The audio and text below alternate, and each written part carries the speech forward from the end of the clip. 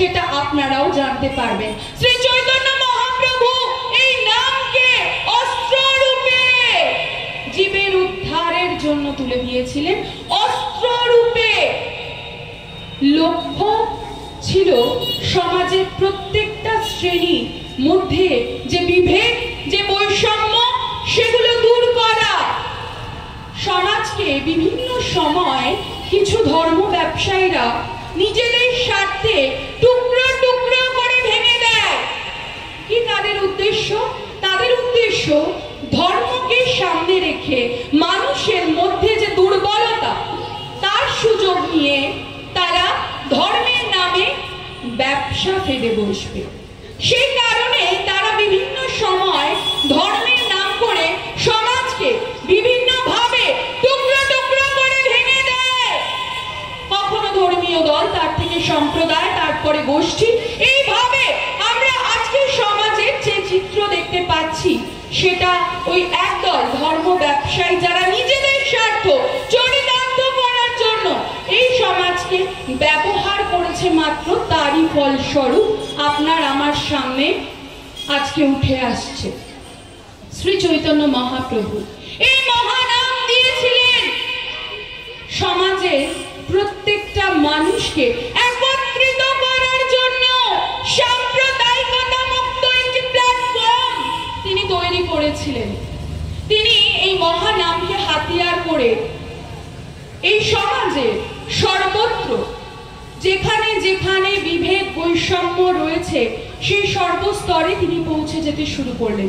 এই মহানামকে হাতিয়ার করে তিনি প্রত্যেকটা স্তরের মানুষকে একত্রিত করতে শুরু করলেন। তথাকথিত এখানকার অন্য ধর্মীয় সম্প্রদায়ের মানুষকে কাছে টেনে নিলেন। তিনি সমাজের অবহেলিত, বঞ্চিত, শোষিত, অত্যাচারিত মানুষকে কোল দিলেন।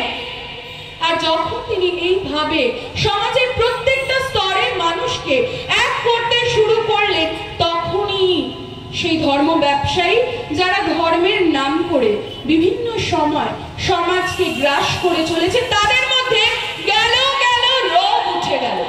আর তারই ফলস্বরূপ তারা ষড়যন্ত্রের জাল বুনে ফেললো। ঠিক যেমন ভাবে এর আগে অন্যান্য মহানরা এসেছেন, তাদের সময়ও এরূপ হয়েছে।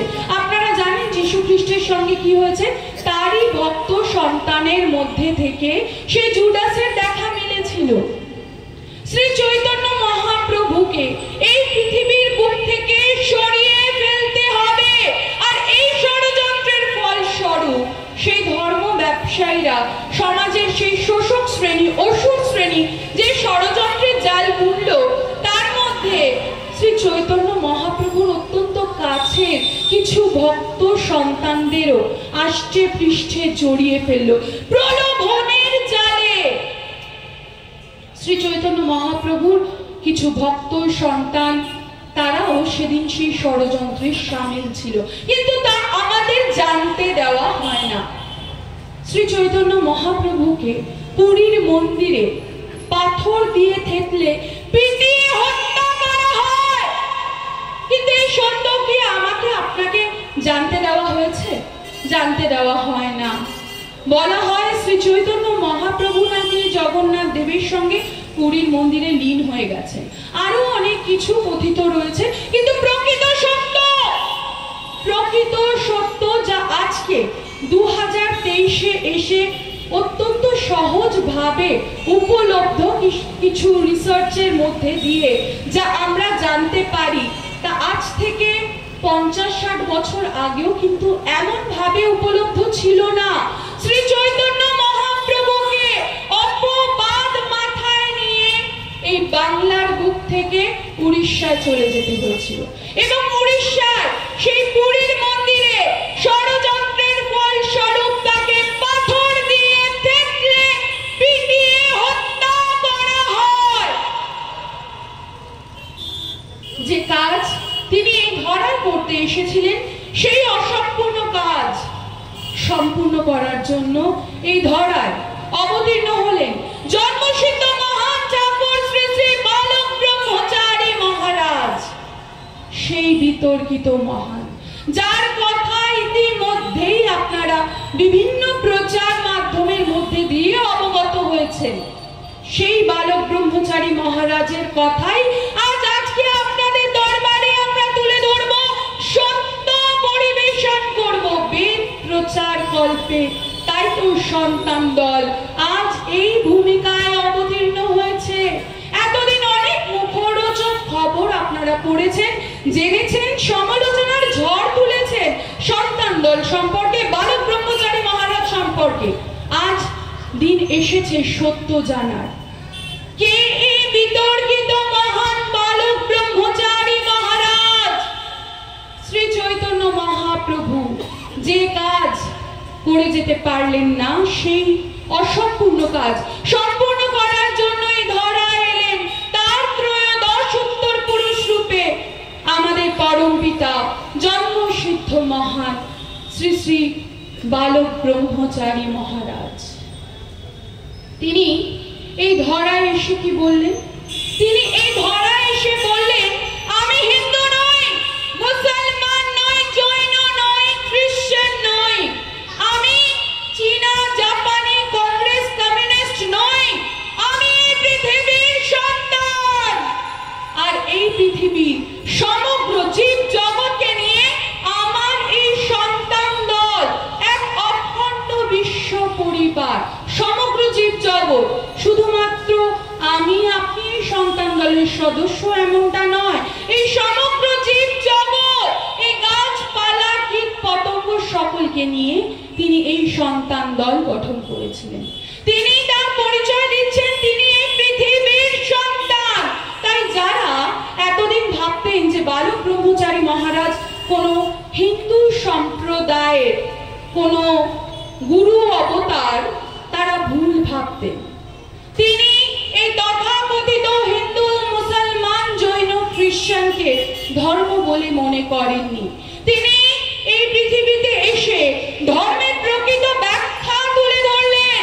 ধর্ম, তিনি বলছেন ধর্ম ধর্ম করলেই ধর্ম হয় না, ধর্মের প্রকৃত তত্ত্ব আগে জানতে হবে। ধর্ম ধর্ম কথার অর্থ ধারণ করা, যা ধরে রাখে সেটাই প্রকৃত ধর্ম। তিনি বলছেন ধর্ম বলতে এখানকার এই হিন্দু, মুসলমান, জৈন, খ্রিস্টান এই সাম্প্রদায়িকতা বোঝায় না। ধর্ম বলতে এখানকার যে বিভেদ, বৈষম্য, সেটা বোঝায় না। ধর্ম ধর্ম বলতে বোঝায় একতার কথা। ধর্ম কখনো সমাজে এইভাবে বিভেদ, বৈষম্য সৃষ্টি করে না। ধর্ম কখনো সাম্প্রদায়িকতার নাম নিয়ে ভাঙন ধরায় না।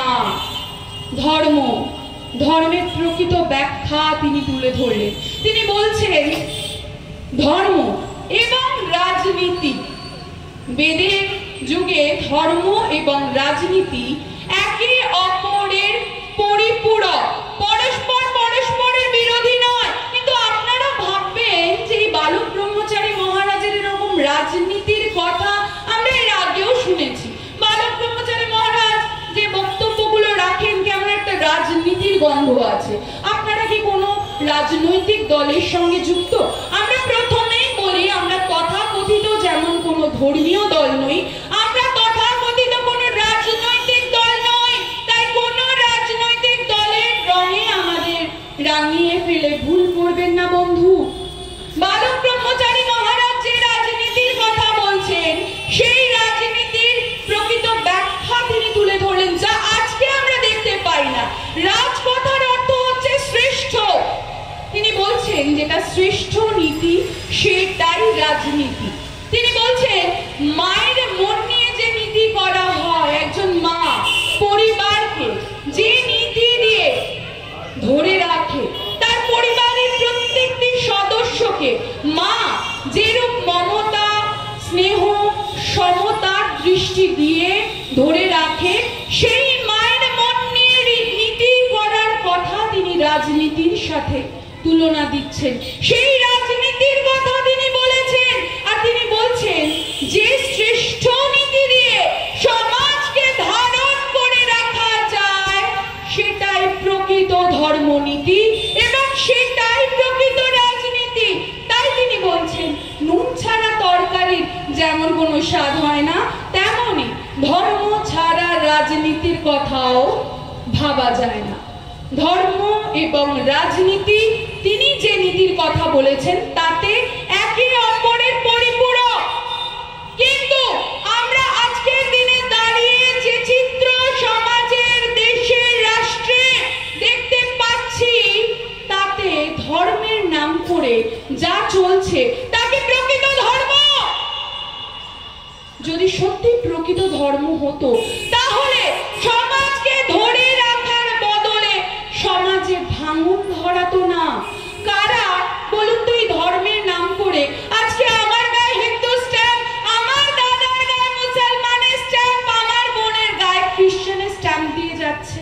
কারা এইভাবে আমাদের মধ্যে বিভেদ, বৈষম্য, দলাদলি, ভেদাভেদ সৃষ্টি করছে? কারা তারা? বালক ব্রহ্মচারী মহারাজ বলছেন, যারা এইভাবে ধর্মের নাম করে সমাজে বিভেদ, বৈষম্য সৃষ্টি করে, যারা এইভাবে ধর্মের অপব্যাখ্যা করে সমাজকে গ্রাস করে চলে, তারাই সমাজের প্রকৃত অসুর, তারা সমাজের প্রকৃত শোষক, তারা সমাজের দানব। বালক ব্রহ্মচারী মহারাজ বলছেন, রাজনীতির গদিতে বসে আজকে অধিকাংশ নেতার যে চিত্র, যারা এই রাজনীতির গদিতে বসছে কিন্তু দেশকে, জাতিকে রক্ষা করার বদলে দিনের পর দিন জাতি এবং দেশকে অবক্ষয়ের দিকে ঠেলে দিচ্ছে, তারা সমাজের প্রকৃত অসুর, শোষক, দানব। আর বালক ব্রহ্মচারী মহারাজ বারবার এই দানব, শোষক, অসুরদের চিহ্নিত করার কথা বলছেন। তিনি বলছেন, এদের বিষ দাঁত ভেঙে দাও।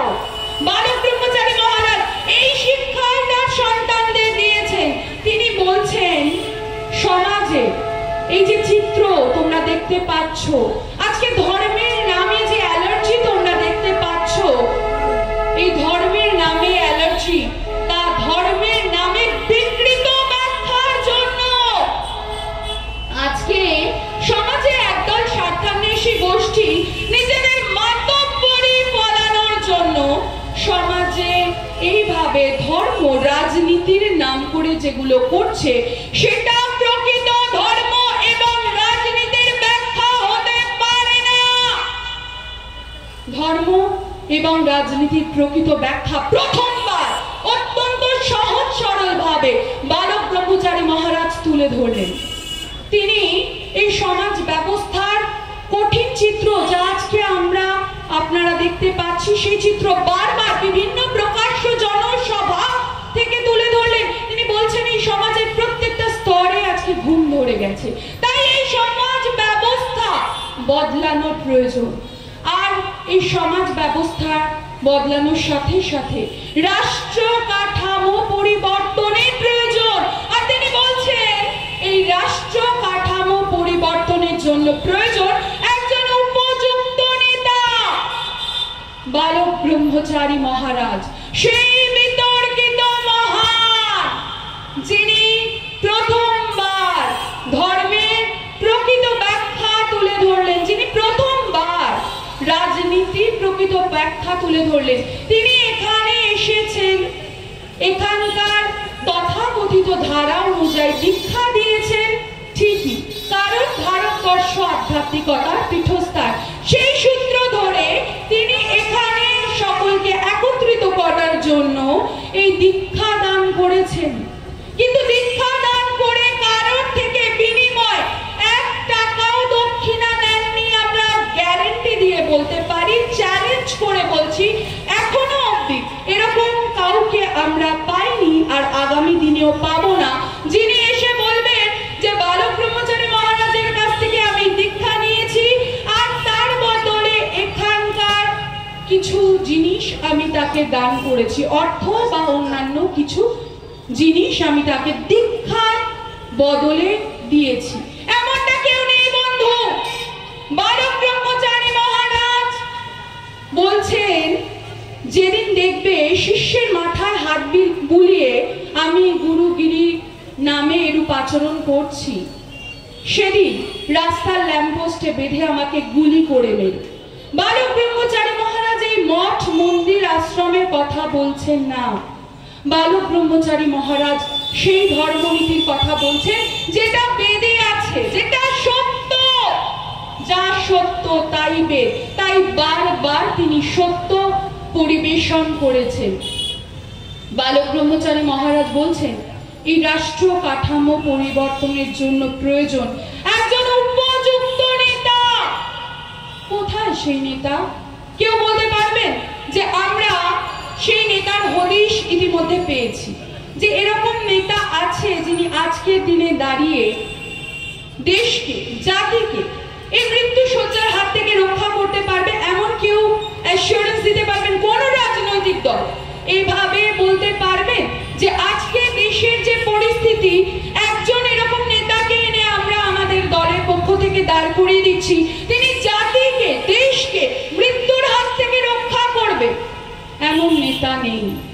বালক ব্রহ্মচারী মহারাজ 50-60 দশক থেকে স্রোতের বিপরীতে হেঁটে বিভিন্ন প্রকাশ্য জনসভা থেকে সেই প্রকৃত নেতা তার কথা তুলে ধরলেন। কে সেই নেতা? বালক ব্রহ্মচারী মহারাজ যে নেতার কথা তুলে ধরলেন, তিনি আমার আপনার সেই প্রিয় নেতা, আমাদের সেই প্রিয় সুভাষচন্দ্র বসু, যার কথা বালক ব্রহ্মচারী মহারাজ প্রকাশ্য মঞ্চ থেকে বিভিন্ন ভাবে তুলে ধরলেন। আজকে অনেকেই প্রশ্ন করে যে বালক ব্রহ্মচারী মহারাজের সঙ্গে নেতাজির কি সম্পর্ক, সেটা আমরা জানতে চাই বা বুঝতে চাই। যারা এই বিষয়ে জানেন না, যারা এই বিষয়ে অবগত নয়, তাদের আমরা জানানোর জন্যই এভাবে পথে নেমেছি। কিন্তু যারা জেনেও না জানার ভান করছেন, তাদের উদ্দেশ্যে বলি যে সন্তান দল কারো ব্যক্তিগত সম্পত্তি নয়, দেশবাসীর সংগঠন। তাই এই সন্তান দলকে নিয়ে ছিনিমিনি খেলাটা এবার বন্ধ করুন। আজকে আমরা সেই সন্তান দলের কিছু চিত্র আপনাদের সবার সামনে তুলে ধরব প্রকাশ্য মঞ্চ থেকে, কারণ বালক ব্রহ্মচারী মহারাজ বলছেন সন্তান দল দেশবাসীর সংগঠন, আমার আপনার ব্যক্তিগত সম্পত্তি নয় বন্ধু। অনেক ছিনিমিনি খেললেন, এবার আসি আসল প্রসঙ্গে। বালক ব্রহ্মচারী মহারাজের সঙ্গে নেতাজির কি সম্পর্ক? আমাদের ভাই প্রথমেই কথা উল্লেখ করেছেন, সন্তান দল সম্পর্কে জানতে হলে সন্তান দলের ইতিহাসটা আগে ভালো করে মন দিয়ে জানা দরকার। 1939 সাল, ঢাকা সদরঘাট অকল্যান্ড পার্ক, বালক ব্রহ্মচারী মহারাজ সেদিন নেতাজির একটি জনসভায় আমন্ত্রিত ছিলেন ব্যারিস্টার নিহারেন্দু দত্ত মজুমদারের আমন্ত্রণে। সেদিন সেই প্রকাশ্য জনসভায় বালক ব্রহ্মচারী মহারাজের সঙ্গে নেতাজি সুভাষচন্দ্র বসুর প্রথম সাক্ষাৎ। সেই সাক্ষাতে তার সঙ্গে তার অনেক আলোচনা হয়। সবটা আমরা জানতে পারি না, কারণ বালক ব্রহ্মচারী মহারাজ সবটা আমাদের সামনে তুলে ধরেনি, কিন্তু যেটা তুলে ধরেছেন সেইটুকুই আপনাদের আজকে জানাবো। বালক ব্রহ্মচারী মহারাজের ভক্ত সন্তান অনুরাগী বৃন্দেরা সেদিন সেই সভায় স্বেচ্ছাসেবকের কাজ করছিলেন, আর সেই স্বেচ্ছাসেবকের কাজ দেখে খুশি হয়ে নেতাজি সুভাষচন্দ্র বসু বালক ব্রহ্মচারী মহারাজকে অনুরোধ করেছিলেন, আপনার এই ভক্ত সন্তান অনুরাগী বৃন্দদের নিয়ে একটি বাহিনী গড়ুন, আর তার জন্যই আজকের এই সন্তান দল, সন্তান পরিবার। বালক ব্রহ্মচারী মহারাজ যার অনুরোধে এই সন্তান দল গঠন করলেন, তার প্রতিকৃতি, তার ছবি, তার কথা আমরা আমাদের প্রত্যেকটা কর্মযজ্ঞে রাখবো, এটাই আমরা করে এসেছি এবং আগামী দিনেও করব। রুখনেওয়ালা কেউ নেই। বালক ব্রহ্মচারী মহারাজ যে কথা বলছেন 50-60 দশক থেকে বিভিন্ন প্রকাশ্য জনসভা থেকে তিনি তুলে ধরছেন, নেতাজি জীবিত জীবিত জীবিত, নেতাজি জীবিত জীবিত জীবিত, নেতাজি ফিরে আসবে নেতার বেশে। বালক ব্রহ্মচারী মহারাজ বলেছেন এই কথা, অনেকেই সাক্ষী আছে, কিন্তু আজকে তারা অস্বীকার করছে। তারা বলছে এমনটা বলেছিলেন নাকি? কই জানি না তো, যারা সন্তান দলের থেকেও এ কথা জানেন না, সেটা তাদের লজ্জা।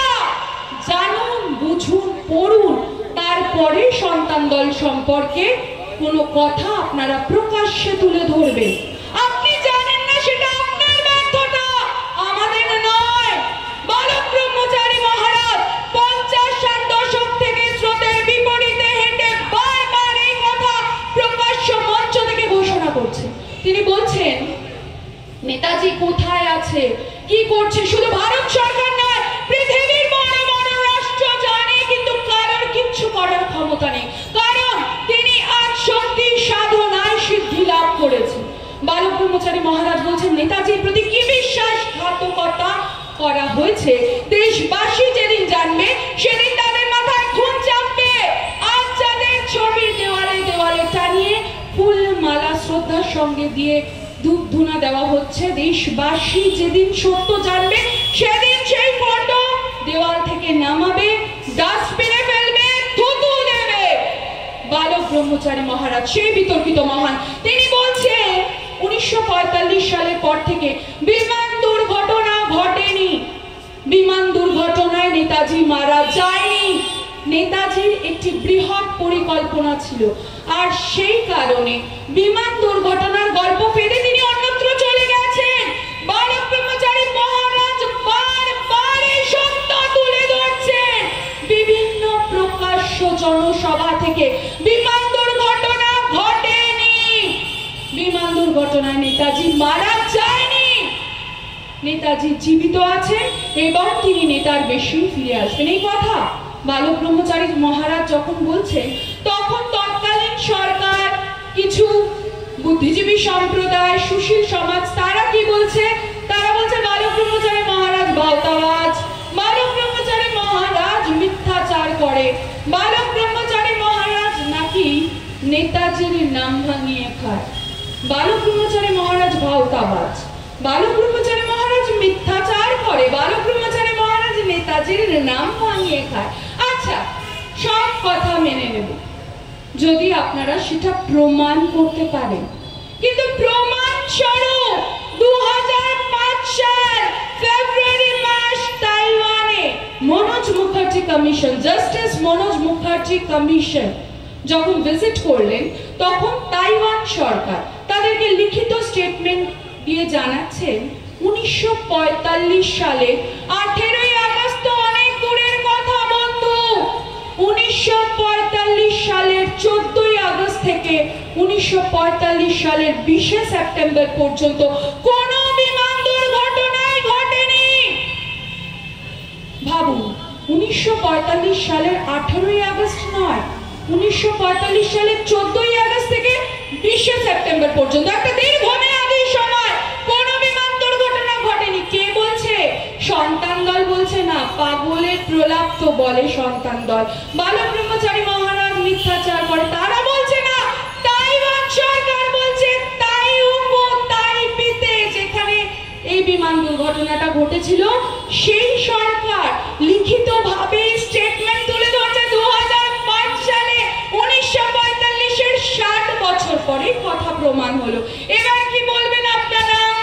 কোথায় গেলেন যেদিন যারা বলেছিলেন, সেই বুদ্ধিজীবী সম্প্রদায়, সুশীল সমাজ, তৎকালীন দালাল সরকারের একাংশ, যারা বলেছিলেন বালক ব্রহ্মচারী মহারাজ মিথ্যাচার করে, বালক ব্রহ্মচারী মহারাজ ভাওতাবাজ, বালক ব্রহ্মচারী মহারাজ নেতাজির নাম ভাঙিয়ে খায়, তারা কোথায় গেলেন? তারা কোথায়?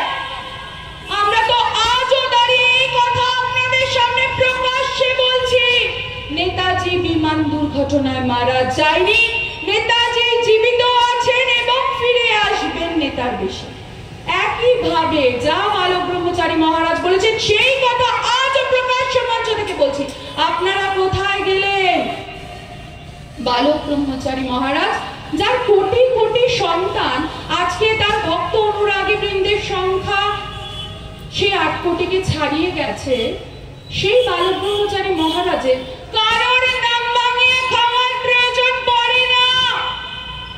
বালক ব্রহ্মচারী মহারাজ সেই বিতর্কিত মহান, যিনি বারবার এই কথা তুলে ধরছেন নেতাজি সম্পর্কিত সকল সত্য তুলে ধরছেন, তখন আবার সেই আগের মতো, যেমনটাই বললাম মহাপ্রভুর সময় গেল গেল রব উঠে গেল, ঠিক এইবারও আগের মতো একইভাবে গেল গেল রব উঠে গেল। বালক ব্রহ্মচারী মহারাজকে পৃথিবীর বুক থেকে সরিয়ে ফেলতে হবে। বালক ব্রহ্মচারী মহারাজ ধর্মের প্রকৃত ব্যাখ্যা তুলে ধরছেন, রাজনীতির প্রকৃত ব্যাখ্যা তুলে ধরছেন। আবার নেতাজি, যাকে কিনা ভারতবাসী 1945 সালে 18ই আগস্ট বিমান দুর্ঘটনায় মেরে ফেলেছেন, তাকে বারবার বাঁচিয়ে তুলছেন, তাকে ফিরিয়ে আনার দাবি জানাচ্ছেন। বালক ব্রহ্মচারী মহারাজকে সরিয়ে দাও এই পৃথিবীর বুক থেকে। আর তার জন্য যেমন ভাবে মহাপ্রভুর সময় তার ভক্ত সন্তান অনুরাগবৃন্দদেরও একাংশকে কিনে ফেলা হয়েছিল এই ষড়যন্ত্রের জালে জড়িয়ে ফেলার জন্য, ঠিক এবারও অন্যথা হলো না। আমাদের বালক ব্রহ্মচারী মহারাজের প্রতিষ্ঠিত সন্তান দলে সেদিন অনেক দীক্ষিত সন্তান ছিল, তাদের মধ্যে একাংশ সেই 93 সালে এই ষড়যন্ত্রের জালে নিজেদের আষ্টে পৃষ্ঠে জড়িয়ে ফেলল।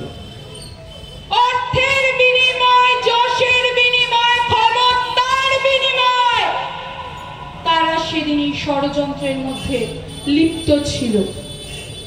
ঠিক যেমন ভাবে যীশু খ্রিস্টের সময় যীশু খ্রিস্টের প্রিয় শিষ্য জুডাস জিসাস ক্রাইস্টকে ক্রুসিফাই করেছিল, ঠিক একইভাবে মহাপ্রভুর বেলায় যেমন তার কিছু ভক্ত সন্তানেরা মহাপ্রভুকে জগন্নাথ দেবের ওই পুরীর মন্দিরে পিটিয়ে হত্যা করেছিল, ঠিক একইভাবে 1993 সালে যে কথা আপনারা এতদিন মুখরোচক খবর হিসেবে শুনে এসছেন, পড়ে এসছেন, সেই ক্ষেত্রেও বালক ব্রহ্মচারী মহারাজের কিছু ভক্ত সন্তানরা মাথা বিকিয়ে ফেলেছিল।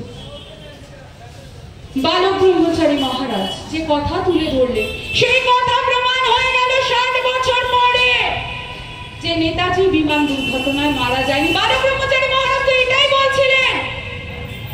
আচ্ছা, নেতাজি বিমান দুর্ঘটনায় মারা যায়নি এই কথা 2005 সালে মনোজ মুখার্জি কমিশন আমাদের সামনে রিপোর্ট আকারে তুলে ধরলো তাইওয়ান সরকারের স্টেটমেন্ট অনুযায়ী। ঠিক আছে, মনোজ মুখার্জি কমিশনের রিপোর্ট থেকে আমরা বুঝতে পারছি সত্যি বিমান দুর্ঘটনা ঘটেনি। তাহলে জাপানের রেনকোজি মন্দিরে এত বছর ধরে আমাদের ট্যাক্সের টাকা দিয়ে যে চিতাভস্ম আপনারা সংরক্ষণ করলেন, সেটা আসলে কার চিতাভস্ম ছিল? আমাদের ট্যাক্সের টাকা, যেটা আমরা কষ্ট করে উপার্জন করে সরকারকে পে করে থাকি, সেই ট্যাক্সের টাকা কি খোলামকুচি যে আপনারা এইভাবে সেই ট্যাক্সের টাকাগুলো বিভিন্ন সময়ে বিভিন্ন খাতে খরচা করছেন দেশবাসীকে ধাপ্পা দেওয়ার জন্য? চিতাভস্মর নাম করে এত বছর ধরে আপনারা যে গল্প প্রত্যেকবার আমাদের সামনে তুলে ধরেন চিতাভস্মের ডিএনএ টেস্টের কথা, সেই চিতাভস্মটা কার? চিতাভস্মের ডিএনএ টেস্ট পরে হবে, আগে প্রমাণ করুন নেতাজি বিমান দুর্ঘটনায় মারা গেছে। বিমান দুর্ঘটনা তো ঘটেইনি, কার চিতাভস্ম? নেতাজির পরিবারের কেউ মারা গেল আর তার ছাই ওখানে মিশিয়ে দিয়ে পরবর্তীকালে ডিএনএ টেস্ট করে প্রমাণ করে দেবেন। এইভাবে মিথ্যাচার আর কতদিন চলবে বন্ধু? বালক ব্রহ্মচারী মহারাজের প্রসঙ্গে কি বলছেন? তিনি বলছেন, কত হাস্যকর প্রচেষ্টাই না হলো, তদন্তের পর তদন্ত, কমিটির পর কমিটি, সব শেষে ভস্যে গিয়ে দাঁড়ালো আর ভস্যে গিয়েই দাঁড়াবে। ছাই দিয়ে কি আগুন চেপে রাখা যায়? সত্যি কি ছাই দিয়ে আগুন চেপে রাখা যায়? আজকে আমাদের এই বালক ব্রহ্মচারী মহারাজের প্রতিষ্ঠিত সন্তান দলেও একাংশ ছাই দিয়ে সেই আগুনগুলো চেপে রাখতে চেয়েছিল এত বছর ধরে। 93 সালের পর থেকে এই দীর্ঘ 30 বছর অনেকে অনেক রকম ভাবে প্রচেষ্টা করেছে ছাই দিয়ে সেই আগুন চেপে রাখার, কিন্তু আজকে বুঝতে পারছেন তো যে ছাই দিয়ে সত্যি আগুন চেপে রাখা যায় না, আর যায় না বলে আগুন জ্বলছে, আরো জ্বলবে, আর সেই আগুনের তাপে অনেকেই জ্বলে পুড়ে শেষ হয়ে যাবে। দেখছে আর জ্বলছে, লুচির মতো ফুলছে। সত্যি আমাদের আপনাদের দেখে করুণা হয়। বালক ব্রহ্মচারী মহারাজ যে সত্য তুলে ধরেছেন, যে কথা বলেছেন, সেই কথাই শুধুমাত্র আমরা প্রচার করি। তার বাইরে গিয়ে কোনো কথা অতিরঞ্জিত করে বলার স্পর্ধা দেখায় না। বালক ব্রহ্মচারী মহারাজ নেতাজি সম্পর্কিত সকল সত্য প্রকাশ্যে আসুক এ কথা তিনি সর্বদা চেয়েছেন। তিনি তার সন্তানদের দিয়ে প্রতিজ্ঞাবদ্ধ করিয়েছেন। আজকে অনেকে বলছেন আমাদের এই সন্তান দলের মধ্যে, কি বলছেন, নেতাজি, এত নেতাজি নেতাজি কেন? নেতাজির ছবিটা বালক ব্রহ্মচারী মহারাজের পাশে রাখলে নাকি বালক ব্রহ্মচারী মহারাজকে ছোট করা হয়। স্রষ্টা সেই বালক ব্রহ্মচারী মহারাজের পাশে নেতাজির ছবি, এটা ঠিক আমরা মেনে নিতে পারছি না, বুকে বড্ড কষ্ট হচ্ছে।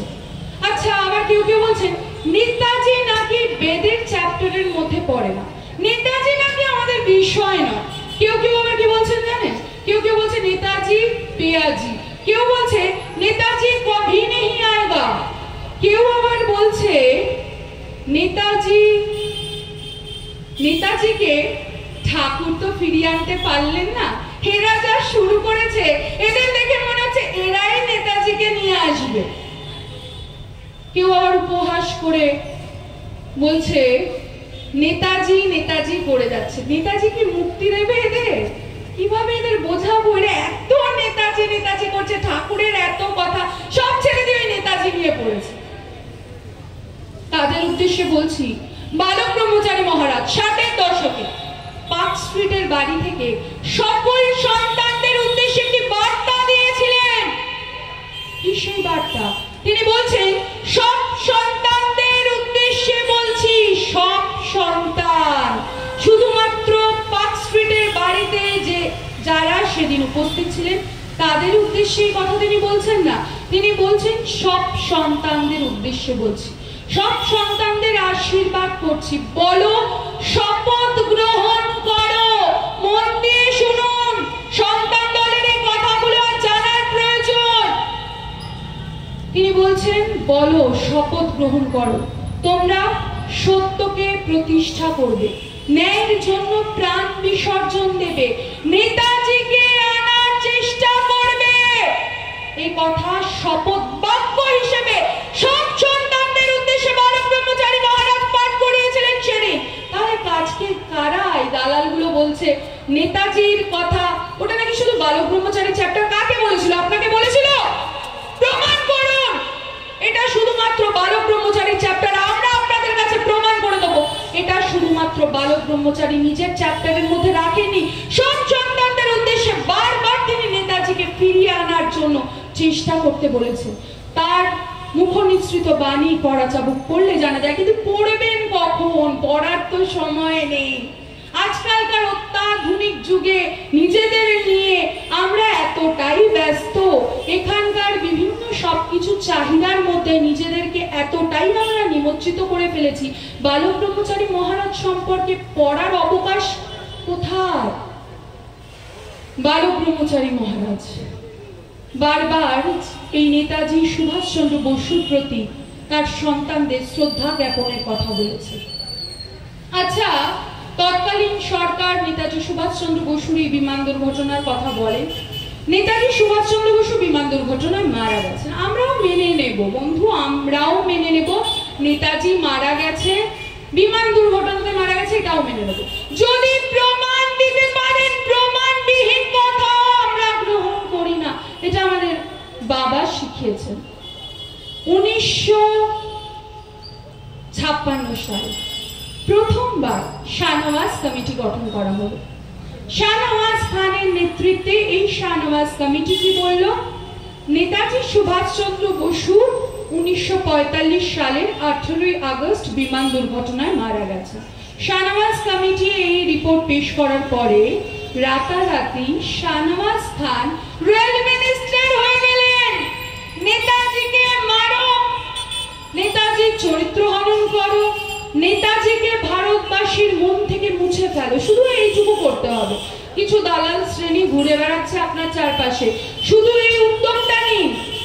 আবার সন্তান দলের মধ্যেও তারা এই প্রলোভন দেখাচ্ছে, বলছে সন্তান দলের চ্যাপ্টার থেকে নেতাজিকে মুছে ফেলতে হবে। কড়া চাবুকে যেখানে যেখানে নেতাজির কথা আছে সেগুলো কেটে বাদ দিয়ে সেই কড়া চাবুকটা প্রচার করতে হবে। আর বলছে নেতাজির ছবি না সন্তান দলের এই যে বিভিন্ন অফিসগুলো দেখছেন, বিভিন্ন জায়গায় যেখানে নেতাজির ছবি ছিল সেখান থেকে সরিয়ে ফেলতে হবে। নেতাজি সন্তান দলের ইতিহাস থেকে মুছে ফেলো নেতাজিকে, আর তাহলে রাতারাতি যা চাইবে তাই পাবে। এরকম প্রচুর প্রলোভন আমাদের সবার সামনে রয়েছে। একটু শুধু যোগাযোগ করতে হবে, সঠিক ব্যক্তি সঠিক দালাল যদি যোগাযোগ করে নিতে পারেন আপনার করে খাওয়া কেউ রুখতে পারবে না বন্ধু। 1956 সাল শাহনামাজ কমিটি প্রথমবার এই রিপোর্ট পেশ করলো নেতাজি সুভাষচন্দ্র বসু বিমান দুর্ঘটনায় মারা গেছেন, শাহনওয়াজ খান রেল মিনিস্টার হয়ে গেলেন। ঠিক আছে, সত্য প্রকাশ করেছে, আমরা মেনে নেব। রিপোর্ট যখন নিশ্চয়ই প্রমাণের ভিত্তিতেই প্রকাশ করেছেন, তাহলে 1970 সাল জিডি খোসলার নেতৃত্বে দ্বিতীয়বার আরেকটা কমিশন কেন গঠন করা হলো? যথেষ্ট প্রমাণ কি আপনাদের কাছে নেই? আপনারা কি প্রমাণে প্রমাণিত করতে পারছেন না যে নেতাজি বিমান দুর্ঘটনায় মারা গেছে, তাই দ্বিতীয় কমিশন করলেন? আচ্ছা ঠিক আছে, দ্বিতীয় কমিশনও একই কথা বলছে, 1945 সালের 18 আগস্ট নেতাজি বিমান দুর্ঘটনায় মারা গেছে। তাহলে তৃতীয়বার আবার 1999 সালে জাস্টিস মনোজ মুখার্জি কমিশন কেন গঠন করা হলো? সরকারের কাছে কি যথেষ্ট প্রমাণ ছিল না, নাকি তারা সারা দেশে এরকম একটা কনফিউশন নেতাজির মৃত্যুকে কেন্দ্র করে জিইয়ে রাখতে চাইছে? সেই জাতীয় বীর পরাধীন ভারতবর্ষে ব্রিটিশের চোখে ধুলো দিয়ে ভারতবর্ষ থেকে চলে গেলেন, বিদেশে পাড়ি দিয়ে সেখানে যারা প্রিজনার অফ ওয়ার ছিলেন, যুদ্ধবন্দী, তাদেরকে একত্রিত করলেন, আজাদ হিন্দ ফৌজ পুনর্গঠন করলেন। আজাদ হিন্দ ফৌজ পুনর্গঠন করে তিনি সেদিন সশস্ত্র বিপ্লবের ডাক দিয়েছিলেন। দুটি প্রবল পরাক্রমশালী দেশ ইংল্যান্ড এবং আমেরিকার বিরুদ্ধে তিনি সরাসরি সশস্ত্র বিপ্লবের ডাক দিয়েছিলেন। 26,000 আজাদ হিন্দ বাহিনীর সেনা সেদিন দেশের জন্য আত্মবলিদান দিয়েছিল। 26,000, একজন দুজন নয়, 26,000 আজাদ হিন্দ বাহিনীর সেনা যদি সেদিন দেশের জন্য এভাবে আত্মবলিদান না দিতেন, যদি আজাদ হিন্দ ফৌজ সেদিন কোহিমায় না আসতেন, যদি আজাদ হিন্দ ফৌজ সেদিন এইভাবে আন্দামানে না আসতেন, তাহলে নৌবিদ্রোহ হতো না। আর নৌবিদ্রোহ না হলে যে স্বাধীনতা 1 বছর পরে দেওয়ার কথা ছিল, সেই স্বাধীনতা এত বছর ধরে যে ব্রিটিশরা রাজত্ব করছিল, তারা 1 বছর আগে দিয়ে পালিয়ে গেল কেন? That was compulsion. Compulsion arising out of the saga and sacrifice of Indian National Army led by Netaji Subhash Chandra Bose. Netaji Subhash চন্দ্র বসুর নেতৃত্বে আজাদ হিন্দ ফৌজের বীরত্বের কাছে তারা হার মানতে বাধ্য হয়েছিল। তাই ট্রান্সফার অফ পাওয়ার, ক্ষমতা হস্তান্তরের নাম করে ফ্রিডম এট মিডনাইট, গভীর রাত্রে স্বাধীনতা কাদের হয় বন্ধু? গভীর রাত্রে কাদের স্বাধীনতা হয়? আমরা কি চোর ডাকাত যে আমাদের স্বাধীনতা গভীর রাত্রে হয়েছিল? সেইভাবে তারা পালিয়ে যেতে বাধ্য হয়েছিল ব্রিটিশরা। গান্ধীর চরকা কেটে দেশের স্বাধীনতা হয়নি বন্ধু, হয়েছে নেতাজি সুভাষ চন্দ্র বসুর জন্য।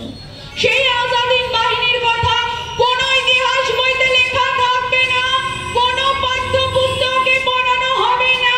আমাদের আগামী প্রজন্মকে সেই ইতিহাস 26,000 আজাদ হিন্দ ফৌজের কথা জানতে দেওয়া হবে না। কি ছিল তাদের অপরাধ? সেই 26,000 আজাদ হিন্দ বাহিনী কথা আমার আপনার আগামী প্রজন্মের জানার অধিকার রয়েছে, কিন্তু সেই অধিকার থেকেও আমাদের বঞ্চিত করা হয়েছে। ডিফেন্স মিনিস্ট্রি, ইন্ডিয়ান ডিফেন্স মিনিস্ট্রির একটা হিস্ট্রি ডিভিশন আছে, যারা বিভিন্ন সময় বিভিন্ন যুদ্ধ সম্পর্কে বই লেখেন। সেই ইন্ডিয়ান ডিফেন্স মিনিস্ট্রির এই বিভাগ তারা হিস্ট্রি ডিভিশন তারা ঠিক করলো 1949 সালে এই আজাদ হিন্দ ফৌজের বীরত্বের কাহিনী তারা বই আকারে তুলে ধরলো। প্রখ্যাত হিস্টোরিয়ান প্রতুল গুপ্ত তার তত্ত্বাবধানে এই বইটি লেখা হলেও পাণ্ডুলিপি আকারে প্রকাশ পেলেও বই আকারে আজ পর্যন্ত প্রকাশ হলো না। ভাবতে পারছেন, বইটা লেখাও হলো কিন্তু প্রকাশ করা গেল না। কিছুদিন আগের পেপারে এই কথাটা লেখা হয়েছিল, সরকারের কাছে আবার জানতে চাওয়া হয়েছে যে প্রতুল গুপ্তর এই বই আজাদ হিন্দ বাহিনী সম্পর্কে লেখা এই বই কেন আজও প্রকাশ করা যাচ্ছে না। কেন যাচ্ছে না জানেন? একটি সরকারি নোট উদ্ধার হয়েছে। সেই সরকারি নোটের ভিত্তিতে এই পাণ্ডুলিপির 186 থেকে 191 পৃষ্ঠা, 5টি পৃষ্ঠা জুড়ে যে বিবরণ রয়েছে তাতে বলা হচ্ছে নেতাজি জীবিত থাকাকালীন অন্যত্র চলে গেছেন। নেতাজি জীবিত থাকাকালীন অন্যত্র চলে গেছেন, তার মানে বিমান দুর্ঘটনা ঘটেনি। আর সেই কারণে তৎকালীন সরকার, কংগ্রেস, কিছু দালাল যারা ব্রিটিশ সাম্রাজ্যবাদী শক্তির কাছে নিজেদের মাথা বিক্রি করেছিল, তারা এই বইটিকে বাজারে আসতে দেয়নি। কারণ নেতাজি সম্পর্কিত জীবিত থাকার কথা কোনোভাবে প্রকাশ করা যাবে না। সেই প্রতুল গুপ্তের বই আজও এই কারণে প্রকাশ করা যায়নি। আচ্ছা, আজাদ হিন্দ বাহিনী এই যারা সেনা রয়ে গেল ভারতবর্ষে, ভারতের স্বাধীনতার পরে, তাদের কি অপরাধ ছিল বলতে পারেন? ভারতবর্ষে স্বাধীনতার পরে এই আজাদ হিন্দ বাহিনী একজন সেনাকেও ইন্ডিয়ান আর্মিতে রিক্রুট করা হয়নি। শুধুমাত্র আজাদ হিন্দ বাহিনীর এই বীরত্বের কথা জানানো হবে না, সেটাও মেনে নেওয়া যায়, কিন্তু আজাদ হিন্দ বাহিনীর যারা জীবিত রইল তাদেরকে মারার এই যে জাল বোনা হলো, একজনকেও ইন্ডিয়ান আর্মিতে রিক্রুট করা গেল না। অথচ যে অংশ ভারতের স্বাধীনতার পরে আজাদ হিন্দ বাহিনী, যে অংশ পাকিস্তানে রয়ে গেল, সেই পাকিস্তান গভর্নমেন্টের আর্মিতে কিন্তু তাদেরকে রিক্রুট করা হলো। কেন এই বৈপরীত্য? সে কথা আমরা যখনই জানতে চাই তখনই আমাদের অপরাধ। তখনই বলা হয় নেতাজি ব্যাপারে এত কিছু জানতে চাওয়াটা বোধহয় আর প্রয়োজন নেই। নেতাজিকে মেরে ফেলো, যার জন্য আমি আপনি করে খাচ্ছি, যার জন্য আজকে এত সাজের বাহার আমাদের। এই যে দেখছেন না, সেজে গুজে এসে মঞ্চে দাঁড়িয়ে লেকচার দিচ্ছি, বড় বড় গলায় অনেক কথা বলছি, অনেক চিৎকার করছি, গলার আওয়াজটা যে বেরোচ্ছে অনেকের কান ঝালাফালা হয়ে যাচ্ছে, কিন্তু এই সবটাই যেগুলো হচ্ছে কার জন্য হচ্ছে জানেন? আজকে যে এখানে দাঁড়িয়ে দাঁড়িয়ে লেকচারটা দিচ্ছি, আপনারা বসে বসে শুনছেন, বাড়িতে গিয়ে আবার অনেক সমালোচনার ঝড় তুলে কালকের প্রস্তুতি নেবেন, সবটাই হচ্ছে সেই নেতার জন্য যার জন্য আমি আপনি করে খাচ্ছি, তাকে আজকে আমরা এইভাবে অপমাননা করে চলেছি। লজ্জা হওয়া উচিত আমাদের, চরম লজ্জা আমার আপনার প্রত্যেকের। আমিও লজ্জিত, কারণ তার জন্য যেটা করার প্রয়োজন সেটা আমিও করে উঠতে পারিনি, এটা আমার লজ্জা। বালক ব্রহ্মচারী মহারাজ নেতাজি সম্পর্কিত সত্য প্রকাশের কথা বারবার তুলে ধরেছেন, নেতাজিকে ফিরিয়ে আনার কথা বলছেন। আপনারা এই মঞ্চের ব্যানারটি দেখছেন যে নেতাজিকে ফিরিয়ে আনা হোক, এই কথা বালক ব্রহ্মচারী মহারাজ রাষ্ট্রপতির কাছে দাবি জানিয়েছেন। তিনি বলছেন, দেশের হয়ে, দেশবাসীর হয়ে আমি দাবি জানাচ্ছি নেতাজিকে ফিরিয়ে আনা হোক। সমস্ত জাতীয় আন্তর্জাতিক আইনের বেড়াজাল থেকে তাকে মুক্ত করে সসম্মানে দেশে ফিরিয়ে আনা হোক।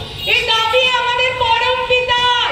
তাই তো সন্তান হিসেবে আমি আর আমরা সন্তান দল এটাকে কর্তব্য বলে মনে করছি, নেতাজিকে ফিরিয়ে আনা হোক, এই দাবি আমাদের। তাই পথে নেমেছি। নেতাজি জীবিত থাকার কথা বলা হলে যে ফাইলের কথা উঠে আসে, যে সকল ক্লাসিফাইড ফাইল যেখানে নেতাজি সম্পর্কিত জীবিত থাকার তথ্য পাওয়া যাবে, সেই ক্লাসিফাইড ফাইল প্রকাশের কথা অনেক সময় উঠে আসে, যেগুলো অন্যান্য দেশে ছড়িয়ে ছিটিয়ে রয়েছে, তখন যে ওই সরকারের আসনে বসে, যে যায় লঙ্কায় সেই হয় রাবণ। আর তারা কি বলে, ফাইল প্রকাশ্যে এলে বন্ধু দেশের সঙ্গে সম্পর্কের অবনতি হবে। সম্পর্কের অবনতি। বন্ধু দেশ, কোন বন্ধু দেশ? কোন স্বাধীন দেশে আমরা বাস করছি যেখানকার জাতীয় বীরের সম্পর্কে সত্য জানতে দেওয়া যাবে না? সত্য প্রকাশ পেলে নাকি বন্ধু দেশের সাথে সম্পর্কের অবনতি ঘটবে। এই প্রসঙ্গে যে সকল দেশের ফাইলগুলো রয়েছে সেই দেশের কথায় আসি। আমেরিকা আমাদের সেই বন্ধু দেশ। তৎকালীন বিদেশ মন্ত্রী সুষমা স্বরাজ লিখিতভাবে জানাচ্ছেন, আমেরিকার কাছে যে সকল ফাইল রয়েছে ছড়িয়ে ছিটিয়ে রয়েছে, একত্রিত করতে অনেকটা সময় লাগবে। ভাবুন, আমেরিকা বলছে উন্নত প্রযুক্তি, সবার উপর দাদাগিরি, সবকিছু হাতের মুঠো, একটা মাউস ক্লিক করলে যেখানে সমস্ত ইনফরমেশন হাতের মুঠোয়।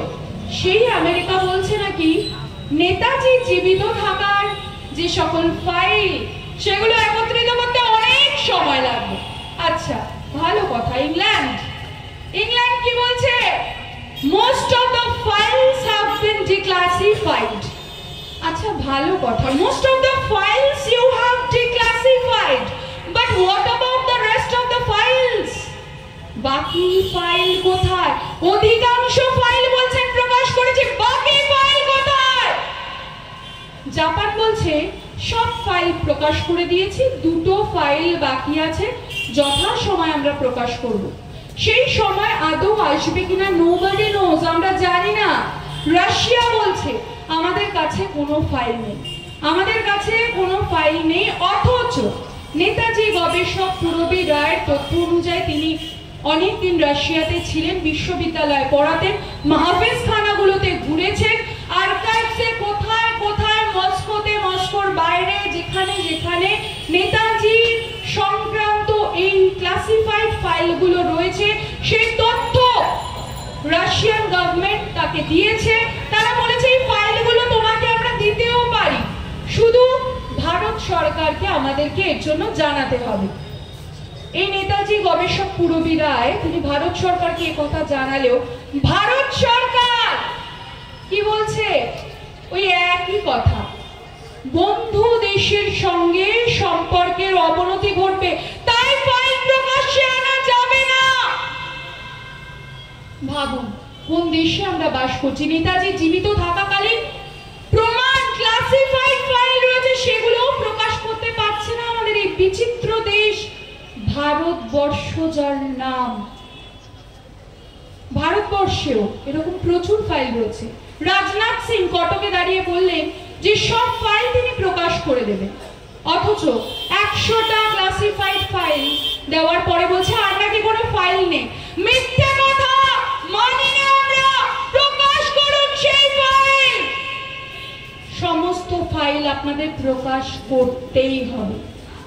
নেতাজি সুভাষচন্দ্র বসু এইভাবে মৃত্যু রহস্য দিয়ে, মানে এই বিমান দুর্ঘটনার গল্প ফেরেও যখন দেশবাসীর মন থেকে চিরতরে তাকে মুছে ফেলা যাচ্ছে না, তখন নতুন গভীর ভাবে ষড়যন্ত্র শুরু। কি সেই ষড়যন্ত্র? বালক ব্রহ্মচারী মহারাজ বলছেন নেতাজি এই মৃত্যুকে কেন্দ্র করে যে রহস্য, যে চক্রান্ত বিভিন্ন ভাবে এরা তুলে ধরছে, তারই ফলস্বরূপ নেতাজির মাথায় একটা শিং আর পিছনে একটা ল্যাজ জুড়ে দেওয়া হয়েছে। বালক ব্রহ্মচারী মহারাজ এই কথা বারবার তুলে ধরছে। কি সেই লেজ, কি সেই শিং? 1949 সাল এপ্রিল মাস সর্দার বল্লভভাই প্যাটেল দ্বারা প্রভাবিত হিন্দুস্তান পত্রিকা প্রথমবার এই কথা তাদের খবরের কাগজে প্রচার করলো। সেই ষড়যন্ত্রের জাল প্রথমবার সামনে আনা হলো। কি ছিল লেখা? 1949 সালের এপ্রিল মাসের সানমার্ক পত্রিকায় বলা হচ্ছে নেতাজি সুভাষ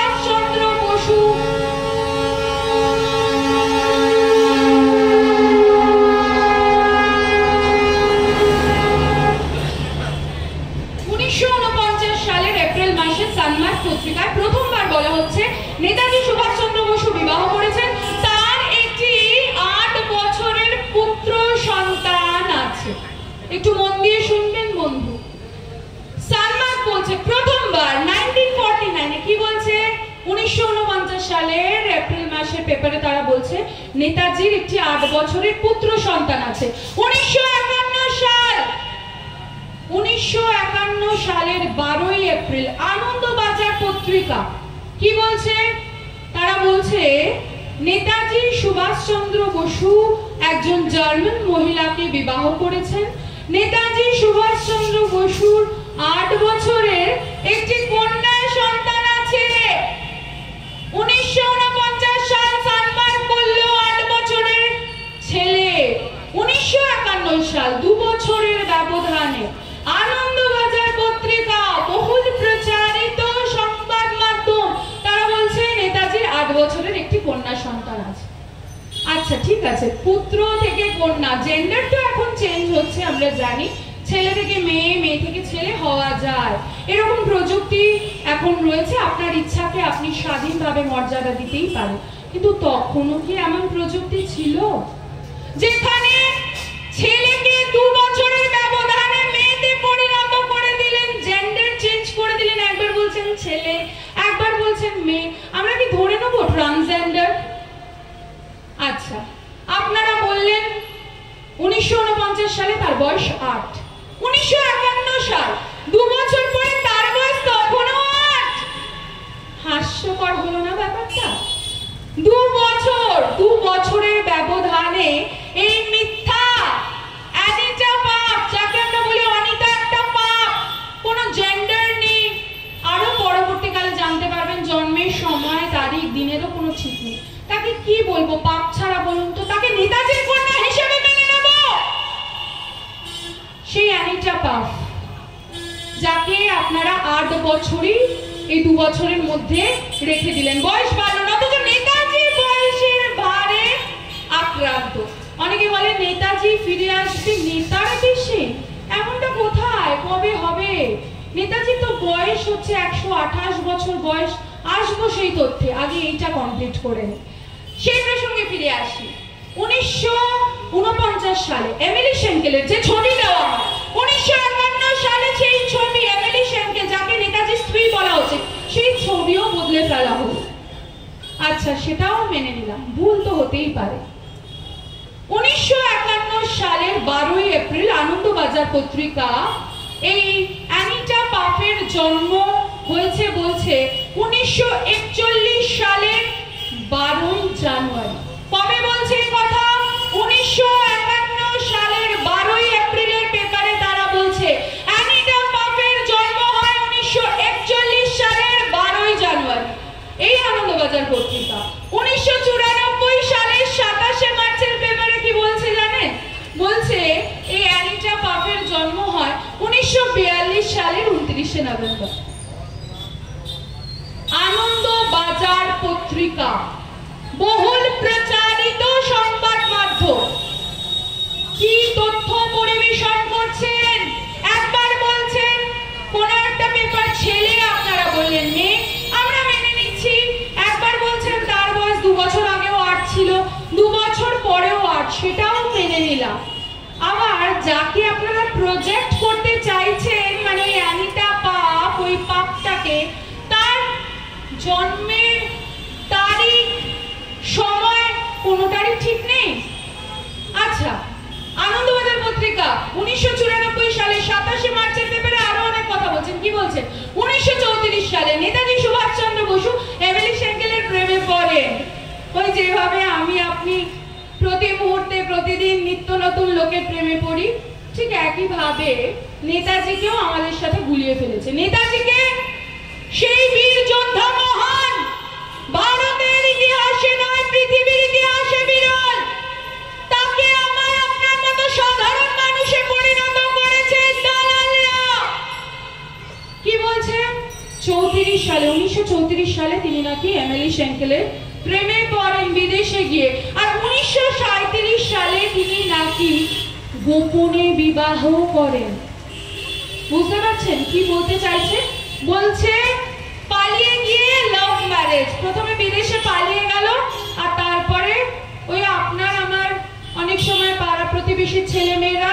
যেমন ভুল করে থাকে না, ওই পালিয়ে নিয়ে গিয়ে বিয়ে, ওই রকম অনেকটা পালিয়ে গিয়ে বিয়ে করলে। কে করছে, কার সম্পর্কে কথা বলা স্পর্ধা দেখাচ্ছে? নেতাজি সুভাষচন্দ্র বসু। অথচ নেতাজি নিজে কি বলছেন সেটা আসুন জেনে নিন। নেতাজি সুভাষচন্দ্র বসু তিনি নিজে 1939 সালে পাসপোর্টের জন্য অ্যাপ্লাই করছেন ভারতবর্ষে। সেই সময় তিনি উপস্থিত। 1939 সাল তিনি চীনে যাওয়ার জন্য ওই পাসপোর্টটি অ্যাপ্লাই করেন। তখন তিনি পাসপোর্ট অ্যাপ্লাই করার সময় তার মেরিডিয়ান স্ট্যাটাস কলমে নিজেকে সিঙ্গেল বলে দাবি করেন। আপনারা জানেন সরকারি কিছু পরিচয় পত্র পেতে গেলে আমাদের কিছু নথি দিতে হয়, আর সেই নথি যেটা সত্য সেটাই আমরা সেখানে তুলে ধরি। আর সেই নথি হিসেবে সুভাষচন্দ্র বসু 1939 সালে পাসপোর্ট অ্যাপ্লাই করছেন, মেরিডিয়ান স্ট্যাটাস কলমে নিজেকে অবিবাহিত লিখছেন। আর সেই নেতাজিকে 2 বছর আগে 1937 সালে আপনারা বিবাহ দিয়ে দিলেন। ভাবতে পারছেন এই কথা কখন বলছে? নেতাজি যতদিন ভারতবর্ষে ছিলেন ততদিন কিন্তু এই সকল কথা বলার কেউ স্পর্ধা দেখায়নি। কখন বলছেন এই কথা? যখন নেতাজি ভারতবর্ষের বুক থেকে আড়াল হয়েছেন তখন। ঠিক যেমন ভাবে 1993 সালে বালক ব্রহ্মচারী মহারাজ আড়ালে যাওয়ার পরে আমাদের মধ্যে একদল বলছে নেতাজি আমাদের চ্যাপ্টার নয়, এত নেতাজি নেতাজি কেন, নেতাজির নাম মুখে উচ্চারণ করা বারণ, নেতাজির ছবি বালক ব্রহ্মচারী মহারাজের পাশে রাখা যাবে না। ঠিক যেভাবে 1993 সালের পরে এই প্রচার করা হয়, ঠিক একইভাবে নেতাজি আড়ালে যাওয়ার পরেই বিমান দুর্ঘটনার গল্প এবং তাকে চরিত্র হননের এই অপবাদ মাথায় নিতে হয়েছে। নেতাজি সুভাষচন্দ্র বসুকে প্রথমে বিমান দুর্ঘটনায় মেরে ফেললেন, তারপরে তার চরিত্র হনন করলেন, তারপরে তাকে মিথ্যাবাদী বানালেন। যেখানে নেতাজি নিজে 1939 সালে বলছেন অবিবাহিত, সেই নেতাজিকে 2 বছর আগে 1937 সালে আনন্দবাজার পত্রিকা বলছে তার নাকি বিয়ে হয়ে গেছে। নেতাজি সুভাষচন্দ্র বসুর এই তথা কথিত বিবাহ প্রসঙ্গে বালক ব্রহ্মচারী মহারাজ কি বলছেন জানেন? বালক ব্রহ্মচারী মহারাজ বলছেন নেতাজি পরম যোগী পুরুষ। বিবাহ তো দূরের কথা, নেতাজি কোনোদিনও নারী অঙ্গ স্পর্শ করেনি। সেই নেতাজি এইভাবে চরিত্র হনন করা হয়েছে। 1968 সাল 23শে জানুয়ারি এক প্রকাশ্য জনসভা থেকে বালক ব্রহ্মচারী মহারাজ তুলে ধরছেন এই কথা। এই অ্যানিটাকে আমার কাছেও পাঠানো হয়েছিল। আমি তখন তাকে বলেছিলাম আমরা যে সুভাষকে জানি তিনি অবিবাহিত, তাই আমি তোমাকে একজন বিদেশি অতিথি হিসেবে গ্রহণ করলাম, নেতাজি কন্যা হিসেবে নয়। বালক ব্রহ্মচারী মহারাজ বারবার বলছেন মিথ্যা, মিথ্যা রটনা করা হয়েছে, বিমান দুর্ঘটনা মিথ্যা, নেতাজির এই তথাকথিত স্ত্রী আমেরিকানকে মিথ্যা, অ্যানিটা পাক মিথ্যা। অ্যানিটা পাক যখন বালক ব্রহ্মচারী মহারাজের কাছে গিয়েছিলেন সেই সময় তিনি বলেছেন তাকে, শুনেছি হিটলারেরও নাকি এরকম একটা মেয়ে আছে। এইভাবে তিনি উপহাস করেছিলেন। সেই কথাই আমরা বলি যেটা বালক ব্রহ্মচারী মহারাজ নেতাজি প্রসঙ্গে বলে গেছেন, সেইটুকুই বলে বন্ধু, অতিরঞ্জিত করার স্পর্ধা আমরা দেখাই না। বালক ব্রহ্মচারী মহারাজ বলছেন না এই যে নেতাজির ছবিটা কেন রাখা হয়, কেন এত নেতাজির ছবিকে আপনারা হাইলাইট করছেন? কখনো নেতাজির ছবি বড় হয়ে যাচ্ছে, বালক ব্রহ্মচারী মহারাজের ছবি ছোট হয়ে যাচ্ছে, কত রকম ভাবে উপহাস করেন। আমরা শুনি আর আপনাদের দেখে করুণা হয়। যারা বলেন এই কথা, এই প্রজন্ম বলে না, এই প্রজন্মকে শিখিয়ে দেওয়া হয়, তারা বলে। কিন্তু যারা সেই সময় ছিলেন, আমাদের সেই পবিত্র সুচ্চর ধামে গেছেন, তারা এই কথা বলছেন যেখানে বালক ব্রহ্মচারী মহারাজের পাশে সুচ্চর ধামে নেতাজি সুভাষচন্দ্র বসুর প্রতিকৃতি ছিল। সেটা দেখে জেনে শুনেও আজকে এই ধরনের কথা আপনারা বলছেন। আপনারা নাকি দেখেননি, কিচ্ছু জানেননি, কিছু বোঝেননি, নাকি আপনাদের স্মৃতিশক্তি লোপ পেয়েছে?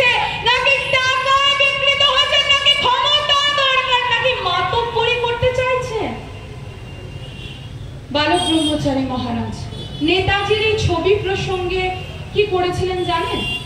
তিনি এই নেতাজির কথা এত বলতেন বলে তাকে কম অপবাদ, কম লাঞ্ছনা, কম বঞ্চনা সহ্য করতে হয়নি। বালক ব্রহ্মচারী মহারাজকে নেতাজির কথা বলার জন্য বিধবার সম্পত্তি হরণ থেকে শুরু করে অজস্র অপবাদ মাথায় নিতে হয়েছিল। তাকে লালবাজারেও নিয়ে যাওয়া হয়েছিল। তবে কম লালবাজার কংস বাজার করতে হয়নি। লালবাজারে যেদিন তাকে নিয়ে যাওয়া হয়েছিল, তিনি সেদিন যখন তাকে আসন গ্রহণ করতে বলা হলো লালবাজারে, তখন তিনি বললেন, আমি এই আসনে বসতে ঘৃণা বোধ করি। যেখানে নেতাজির কোনো ছবি নেই সেই আসনে বসতে আমি ঘৃণা বোধ করি। মাটিতে বসেছিলেন তিনি। এত কোটি কোটি সন্তানের পিতা, কারোর গুরুদেব, কারোর জন্য তিনি স্রষ্টা। সেই স্রষ্টা সেদিন মাটিতে বসেছিল কেন? নেতাজির ছবি না থাকার কারণে।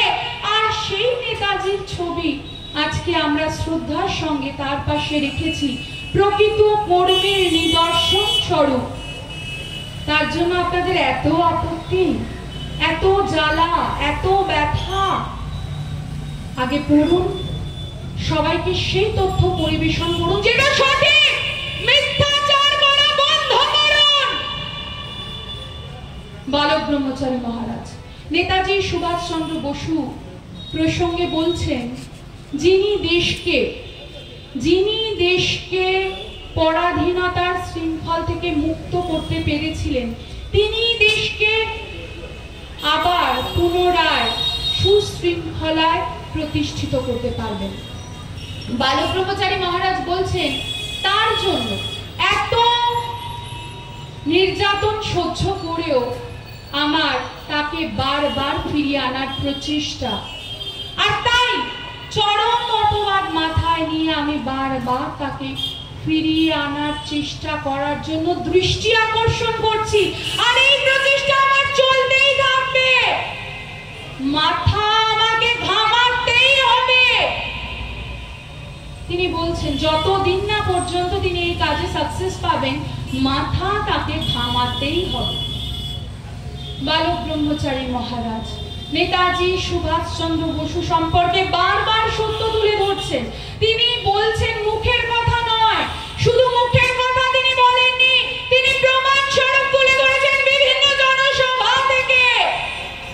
বিমান দুর্ঘটনা যে হয়নি সেই কথা শুধু মুখে বলে ক্ষান্ত হয়নি, তিনি প্রমাণ স্বরূপ তুলে ধরলেন। 1990 সাল 23শে জানুয়ারি নেতাজি সুভাষচন্দ্র বসুর 94তম জন্ম বার্ষিকী উপলক্ষে কলকাতার সিধু কানু ডহরে কংগ্রেসের অজিত পাজা, বিজেপির পরেশ দত্ত একাধিক সাংবাদিকদের সামনে ফরওয়ার্ড ব্লকের ব্ল্যাঙ্ক প্যাডে নেতাজির স্বাক্ষর করা কাগজ তিনি তুলে ধরলেন।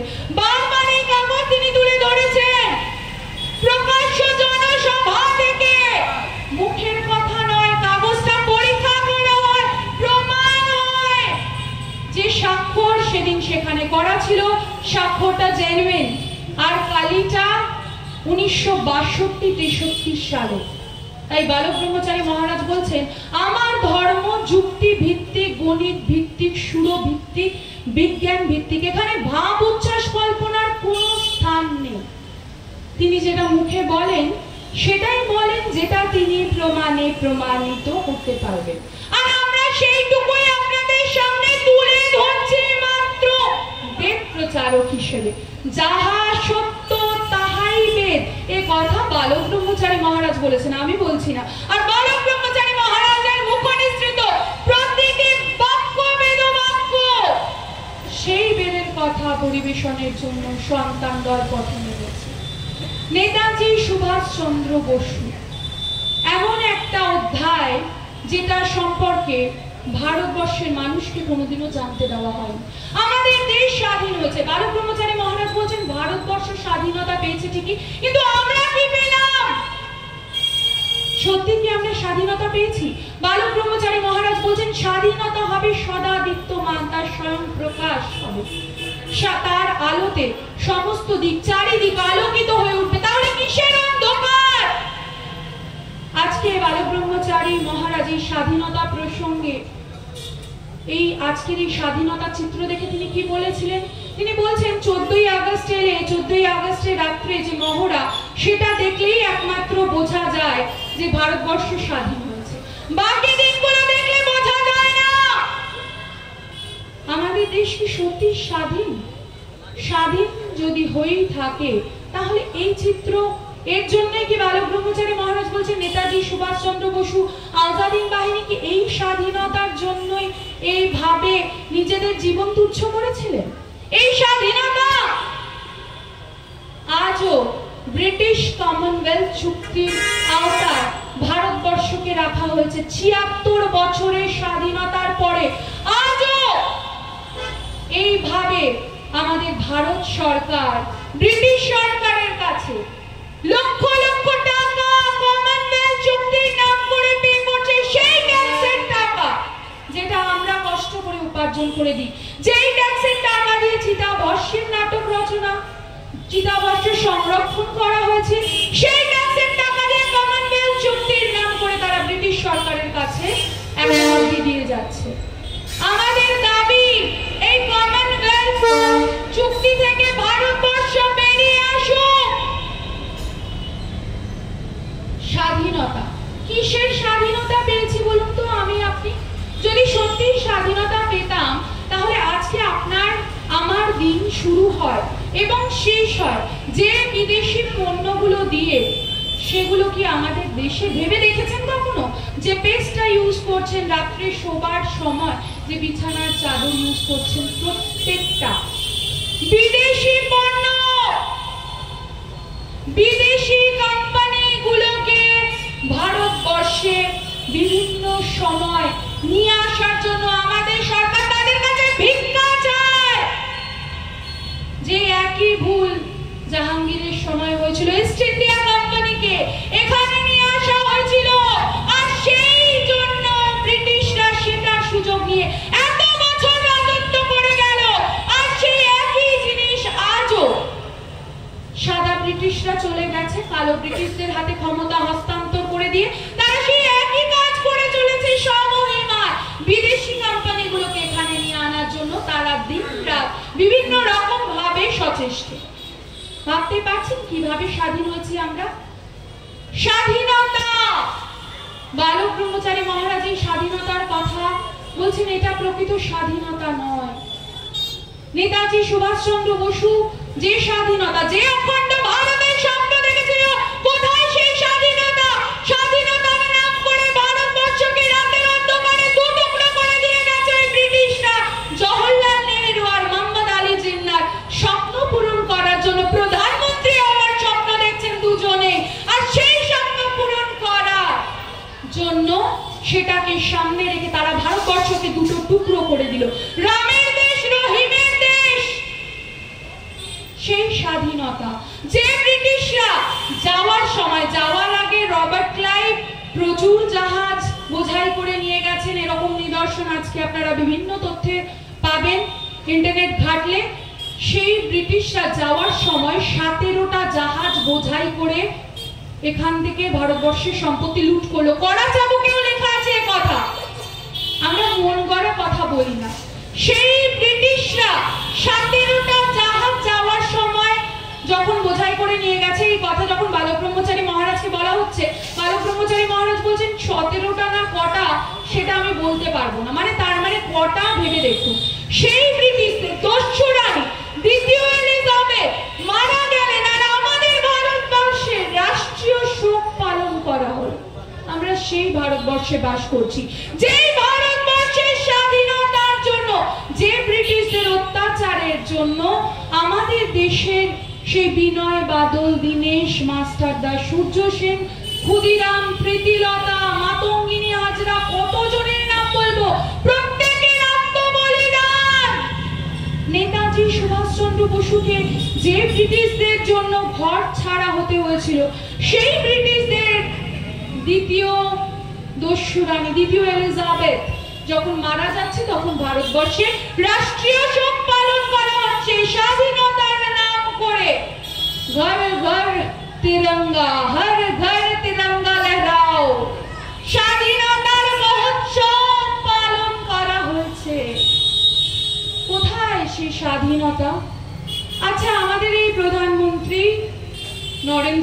মহাশয় প্রথমবার এ কথা স্বীকার করে নিয়েছেন যে নেতাজি সুভাষচন্দ্র বসু অখণ্ড ভারতের প্রথম প্রধানমন্ত্রী।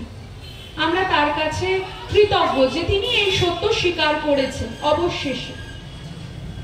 সত্যি যদি নরেন্দ্র মোদী এ কথা স্বীকার করেই থাকেন যে প্রথম অখণ্ড ভারতের প্রধানমন্ত্রী নেতাজি সুভাষচন্দ্র বসু, তাহলে 1943 সালে 21শে অক্টোবর নেতাজি সুভাষচন্দ্র বসু যে প্রভিশনাল গভর্নমেন্ট তৈরি করলেন, আজাদ হিন্দ সরকার, যাকে অন্যান্য দেশ স্বীকৃতি দিল, যার নিজস্ব ফ্ল্যাগ রয়েছে, কারেন্সি রয়েছে, ব্যাংক রয়েছে, লোগো রয়েছে, বিভিন্ন দেশ ডিপ্লোম্যাটিক রিলেশনশিপ যার সাথে এস্টাবলিশ করেছে, সেই আজাদ হিন্দ সরকার 1943 সালের 21শে অক্টোবর, যার প্রথম অখণ্ড ভারতের প্রথম প্রধানমন্ত্রী এবং একাধারে প্রথম প্রতিরক্ষা মন্ত্রী নেতাজি সুভাষচন্দ্র বসু, সেই 21শে অক্টোবরকে কেন আজও পর্যন্ত প্রকৃত স্বাধীনতা দিবসের আখ্যা দেওয়া হচ্ছে না? আমাদের প্রকৃত স্বাধীনতা দিবস 15ই আগস্ট কিভাবে সম্ভব যদি